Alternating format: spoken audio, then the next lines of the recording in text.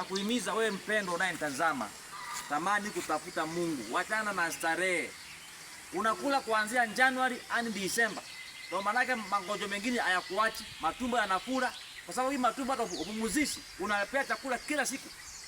Tenga saa zingine, njoo uombe. Wazee wa zamani walikuwa wanaomba, hakukuwa na kansa, hakukuwa na magonjwa mengine, hata ukimwi iko kwa sababu wamefunga, wameenda milimani.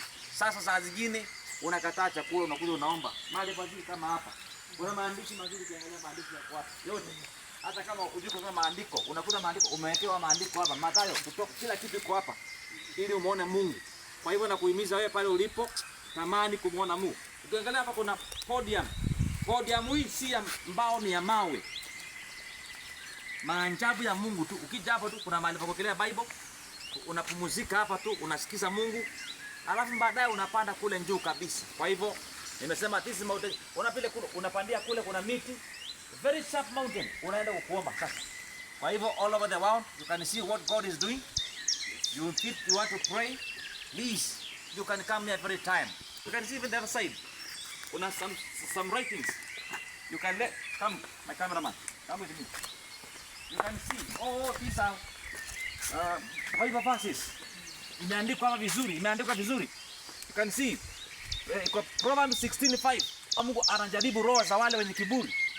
Hizi maandishi hapa, John mengine hapo hapa ndio haya, mazuri sana. 1 John 4:18. Nasema there is no fear in love. Hakuna maandiko, hata kama unjui kusoma tu umeandikiwa hapa. Wewe tu ni uombe tu. Kila kitu kiangalia. Maandiko nzuri kabisa. Na hii yote ni kwa utukufu wa jina la Mungu Kristo. Wamulikie pande nyingine. Hapa pande nyingine watu wanaketi. Njoni hapa tuombe. Asante sana. Hawa ni watumishi. Bwana, tunasema ni asante kwa sababu ya mlima wa maombi, Bwana uzima. Hii ni Mount Kenya Region, Bokoro, Meru, ambao umetuleta Bwana uzima na tukapata watumishi wako mahali hapa. Na kushukuru kwa mtazamaji anayetutazama. Mpatie neema, msaidie Bwana uzima. Na endapo kuna changamoto anapitia, wacha ukaziondoe. Ukamalize kila shinda mtakatifu wa Israeli. Ukampiganie mtakatifu wa ajabu. Maana una nguvu, kwa uwezo na mamlaka. Unaishi, unatawala Bwana uzima. Uonekane mpaba na uinuliwe. Kwa jina la Yesu Kristo tunakuamini. Amen. Amen.